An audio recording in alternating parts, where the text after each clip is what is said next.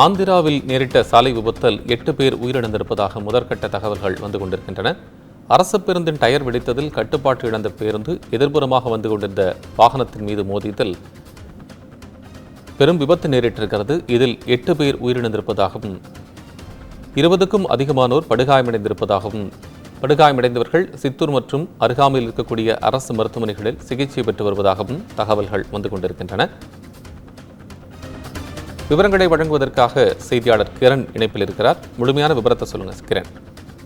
வணக்கம் கோபால். நிச்சயமாக ஆந்திரா மாநிலம் சித்தூர் மாவட்டத்தில் உள்ள பழமநேரில் இருந்து சித்தூர் நோக்கி வந்து கொண்டிருந்த ஆந்திரா அரசு பேருந்து பின் டயர் திடீரென வெடித்ததாக கூறப்படுகிறது.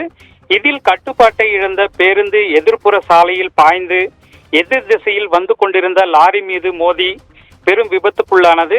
மேலும் அதே வழியில் வந்து மற்றொரு லாரியும் மோதி விபத்துக்குள்ளானது. இந்த விபத்தில் பேருந்து மற்றும் 2 லாரிகளில் பயணித்த சுமார் 8 பேர் பலியானதாக முதற்கட்ட தகவல் தெரிவிக்கிறது.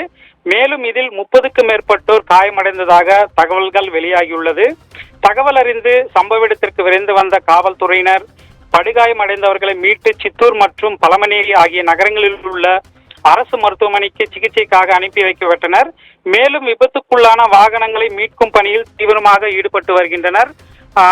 அது மட்டுமின்றி பேருந்தில் இன்னும் சில பேர் சிக்கியுள்ளதாகவும் தகவல்கள் வெளியாகியுள்ளது. கோபால்.